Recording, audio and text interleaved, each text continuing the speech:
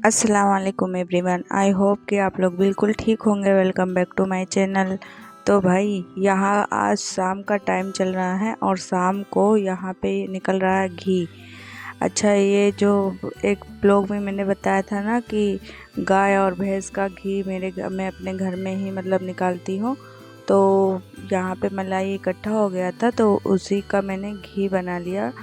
जब मलाई इकट्ठा हो जाती है ना तो मैं उसका घी बना लेती हूँ। फिर उसके बाद में यहाँ पे आया था पावा, तो वही मैं बना रही थी। और ये मैं आपको दिखा रही हूँ, ये जो घी के अंदर जो खोआ निकला है ना उसकी मैंने मिठाई बना दी थी। तो बच्चे लोग बड़े शौक से खा लिए थे और ये मिठाई ना बहुत टेस्टी लगती है, सभी को पसंद आती है। वैसे ये मिठाई ना जो कलाकंद होता है ना, कलाकंद वाली मिठाई, तो थोड़ा टेस्ट उसी में मिलता है।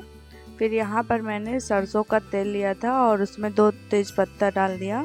उसके बाद में मैंने 2 बड़े प्याज डाल दिए थे और उधर कुकर में मैंने पावा को गला लिया था, नमक, हरी मिर्ची और प्याज डाल के। और फिर यहाँ पर बेसिक मसाला डाल दिया था, धनिया पाउडर, हल्दी पाउडर, मिर्ची पाउडर और मसाला किंग। फिर मैं इसको अच्छे से भूनूंगी और जब ये बहुत अच्छे से भुन जाएगा तब मैं जब वो उबला वाला जो गोश्त रखा है पावा उसको मैं इसमें डाल दूंगी। और यहाँ पे ये बहुत अच्छे से मसाला भुन गया था तब मैं इसमें अब डाल दूंगी गोश्त।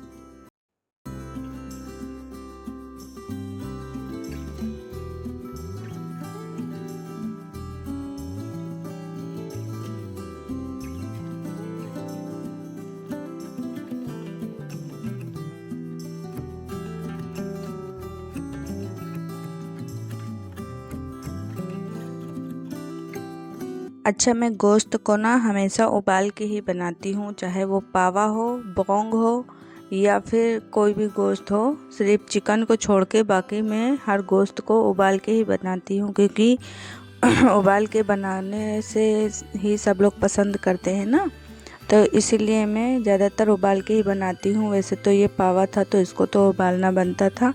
और फिर यहाँ पर जब मैं उबाल कर जब गोश्त डालने का समय होता है ना तो मसाले को मैं एक बार चख लेती हूँ। उसमें नमक, मिर्ची या गरम मसाला कोई भी चीज़ कम होती है तो मैं उसको मतलब उसी टाइम डाल दो तो वो बहुत अच्छे से हो जाता है, पता नहीं चलता कि इसमें अलग से कुछ पड़ा हुआ है। फिर यहाँ पर गोश्त मतलब हो गया था, पक गया था बहुत अच्छे से। और ये इसको मैंने इधर हटा दिया था और उधर मैंने रोटियां बनानी शुरू कर दी थी। अच्छा, शाम के टाइम में ना सिर्फ हस्बैंड जी ही रोटी खाते हैं तो उन्हीं के लिए मैं बनाती हूँ। ज़्यादा रोटी में नहीं बनाती हूँ क्योंकि कोई नहीं खाता शाम के टाइम में। सुबह में सब लोग खाते हैं तो थोड़ा ज़्यादा बनाना पड़ता है, लेकिन शाम में सिर्फ उन्हीं के लिए ही बनता है बस।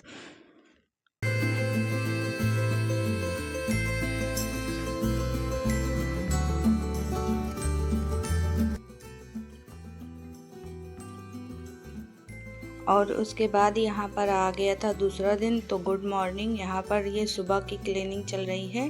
वैसे खाना वाना तो हो गया है और आज खाने में शाम को सालन बनाया था ना तो वो थोड़ा ज़्यादा ही बन गया था। वैसे पावा वावा जब बनता है ना तो वो इतना हो ही जाता है कि 2 टाइम हो जाए। तो यहाँ पे ना खाना तो ज़्यादा कुछ बनाना ही नहीं पड़ा था। हस्बैंड जी दूध और रोटी खा लिए थे और उनके लिए अंडा बन गया था।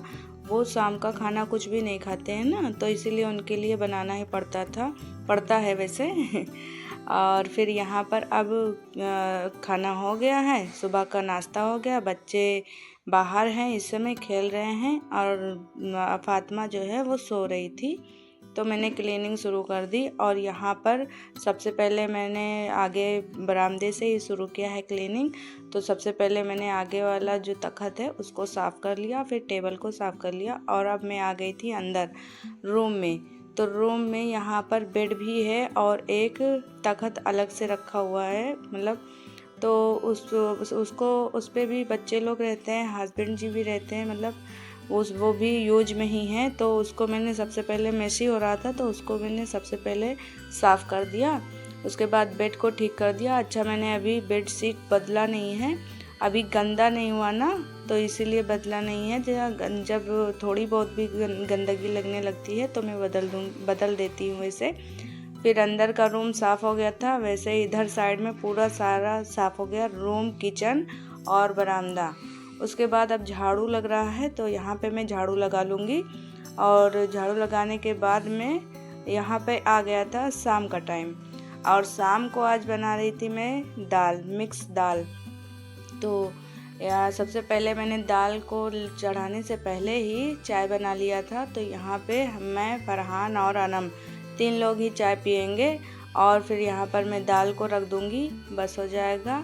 यहीं पे मैं आपसे विदा लेती हूँ। अल्लाह हाफिज़।